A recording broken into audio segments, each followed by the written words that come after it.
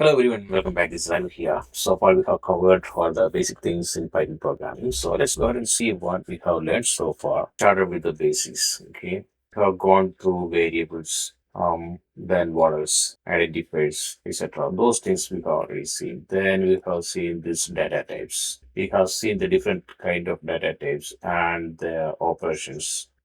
Then we have seen this collection category data types and their functionalities and built-in functions.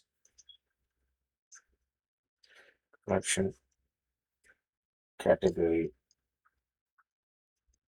data types their built-in functions. And thereafter we have seen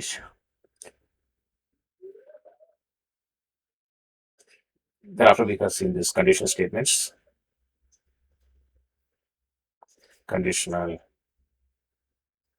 statements like if condition, if else, if else, if else, if else. Thereafter we have seen the loops where we have seen for loops and while loops we have seen and the functionalities and all we have seen. This is all about this basic Python. Hereafter, what we're going to see is we are going to move into the second stage that is called the phase two. Phase two, this is called the intermediate Python. Intermediate Python. In the intermediate Python, first of all, I'm going to start with functions. Then we will go to modules. Then ideas. These are the three things we are going to see in this intermediate Python. So far, what we have seen, if you've seen this conditional statement, okay, conditional statement based on some conditions,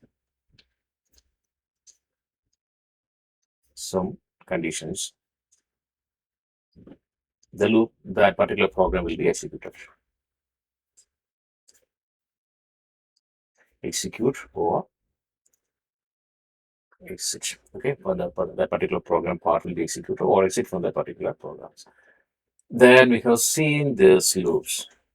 Loops. Why we need the loops? Loops we need, suppose if you want to do some jobs repeatedly, okay, repeated jobs. Repeated jobs. Those we can do using either for loops or while loops.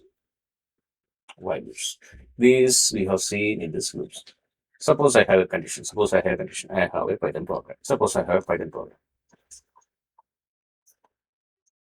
Python program. This is a very long file. Suppose it is something called abcd.py. abcd.py.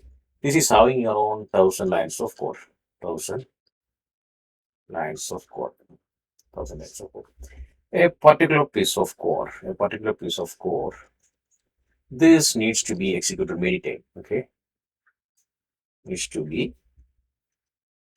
executed many places. The problem. The problem. Let's take an example. Suppose I have some functionality is called print welcome. I want to print welcome in around 5 places. 5 places in the program. Okay. So what we will be doing this print welcome, print welcome, print welcome everywhere. That is a repeated task because if it is a print welcome, that's fine. Suppose if it is a program with code around 20 lines, 30 lines, 50 lines, 100 lines of code, that has to be repeated. If that has to be repeated over and over again, that is going to make our program not that much efficient because every time we have to write this code again and again, that's not going to be efficient. So what we can do is we can convert that into a function. That particular piece of code convert into a function. Then call where it is required. Function. Suppose I'm just creating that particular function for maybe my requirement is to beach. Okay, requirement to beach, and it is having around 50 lines of code. 50 lines of code. Maybe it is having some doc string, or it is having some greeting messages, or it is having some welcome information to the user. It can be anything. Instead of writing this 50 lines of code, five places, what I will do is I will create a function with that all the information. Okay, function with 50 lines, 50 or 60 lines, and give a name. I'm going to give a name. I'm just going to call this as greet. Greet. Functions call will be given with a parenthesis. I'm just giving it as greet. Instead of writing this code every time, the 60 lines of code every time going down, what I'll be doing, I'm just call greet. Greet. Wherever I need to call this particular dating information, I'll just call greet. Instead of writing the 60 lines of code everywhere, I'm just replacing that 60 lines of code with a single function code. And that function has been written only once. Function has been written only once in the main program. This is what this function is. This is what this function is. We can use this function to make a reusable piece of code. We can reuse this particular greeting function wherever we want in that particular program. That is what this function is. Let's go ahead and see mathematically what this function is. Okay, mathematical representation of functions. Okay, suppose you have a function called f of a comma b, f of a comma b. What it is doing, I'm just calling to do the summation. Whenever I call this one, I need to get an answer a plus b, a plus b, a plus b. That is what I want to do. Suppose I'm getting a requirement, find f of 2 comma 3. So what you will be doing, this f of a comma b will be replaced f of 2 comma 3. F of 2 comma 3, I'll be replacing this a with a plus b.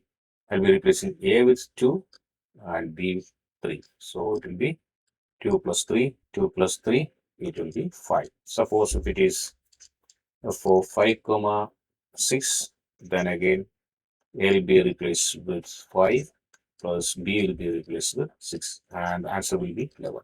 This is what this mathematical representation of a function. So what we have here, so I'm just giving f of x comma y, f of x comma y, and what it is doing some mathematical function or mathematical calculation, that is x plus y.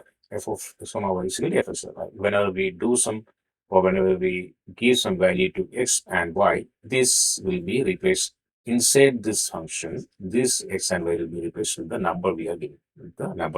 In programming also, we have something similar. Like, it's not something similar. It's the exact thing we are going to convert into programming. If you want to define any function, we have two things are there. Okay.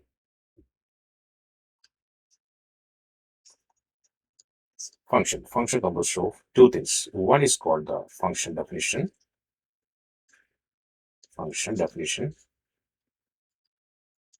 and function call.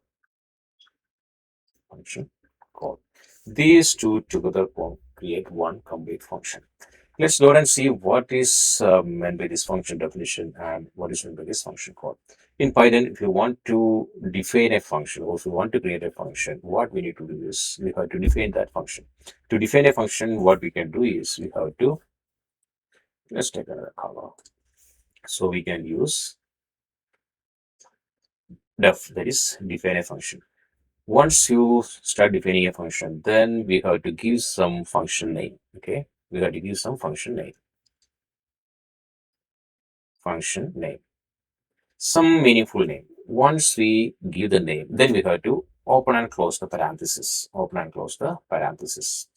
Why I have given these spaces in this function here itself, we can pass some information. We can pass some information or variables for the function calculation. That is what we can give here. Okay, we can call it as list of foreign parameters. If any, we can have the parameters, or we may not have a parameter. If you have any parameter, then we can pass. Otherwise, we can keep it empty. That's also fine. Once we give the def keyword and function name and give the list of foreign parameters, then we have to give a call. After that, there will be statements will be there, because we need to do some calculations, right? We can call it as statements. We can call them as statements. Okay, these are called statement one, statement two, etc. Statement n. Okay, statement n. Here, if you see this one, the first part, the function define the function with the function name. This is called function heading. This is called the function heading.